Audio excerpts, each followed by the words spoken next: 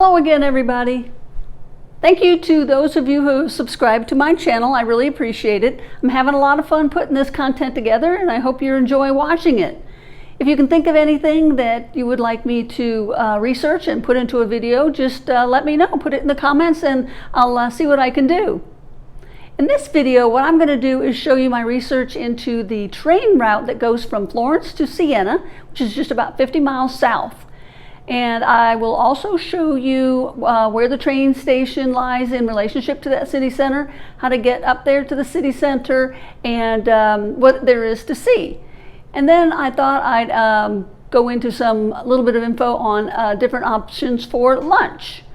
I hope you enjoy. Siena is only about 50 miles from Florence and is a UNESCO World Heritage Site. To find out how long the train ride is to get there, I jumped on www.italianrail.com, and as you can see, there's many trains that leave each day, many of which are direct, and only take about an hour and a half to get there. There's also a handful of slower trains that make a quick stop in the suburb town of Empoli. Siena is one of those beautifully maintained Renaissance cities that's history dates back farther than the Romans.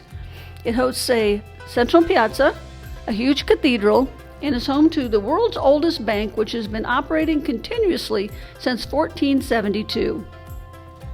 It's also home to that famous Palio horse race, which is held twice a year in July and August in the main piazza. Now, the train station is a 2-mile walk to the city center, all of which is uphill because it's a hilltop town, obviously. And when I Googled how to get to Siena city center from the train station, the answer was, quote, "There are plenty of buses that stop at the train station and all pass through the city center." Once I get to the city center piazza, there's the Palazzo Pubblico, which is public house.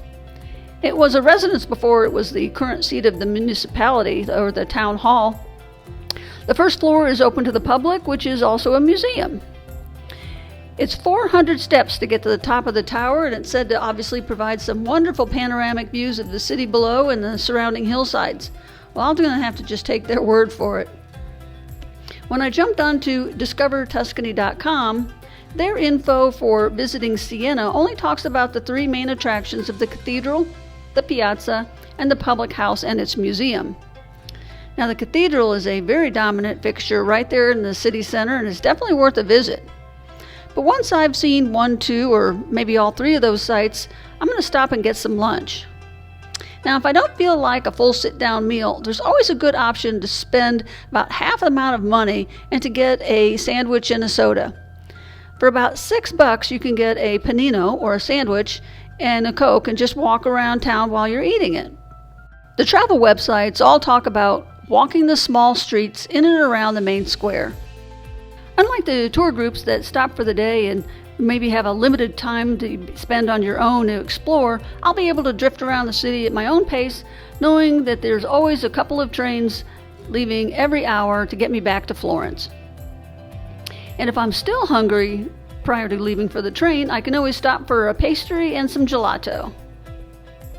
Now, if you remember, one of the trains from Florence makes a stop in Empoli. And I believe this is more of a suburban town because it's only about 20 miles outside of Florence and not necessarily a huge tourist attraction.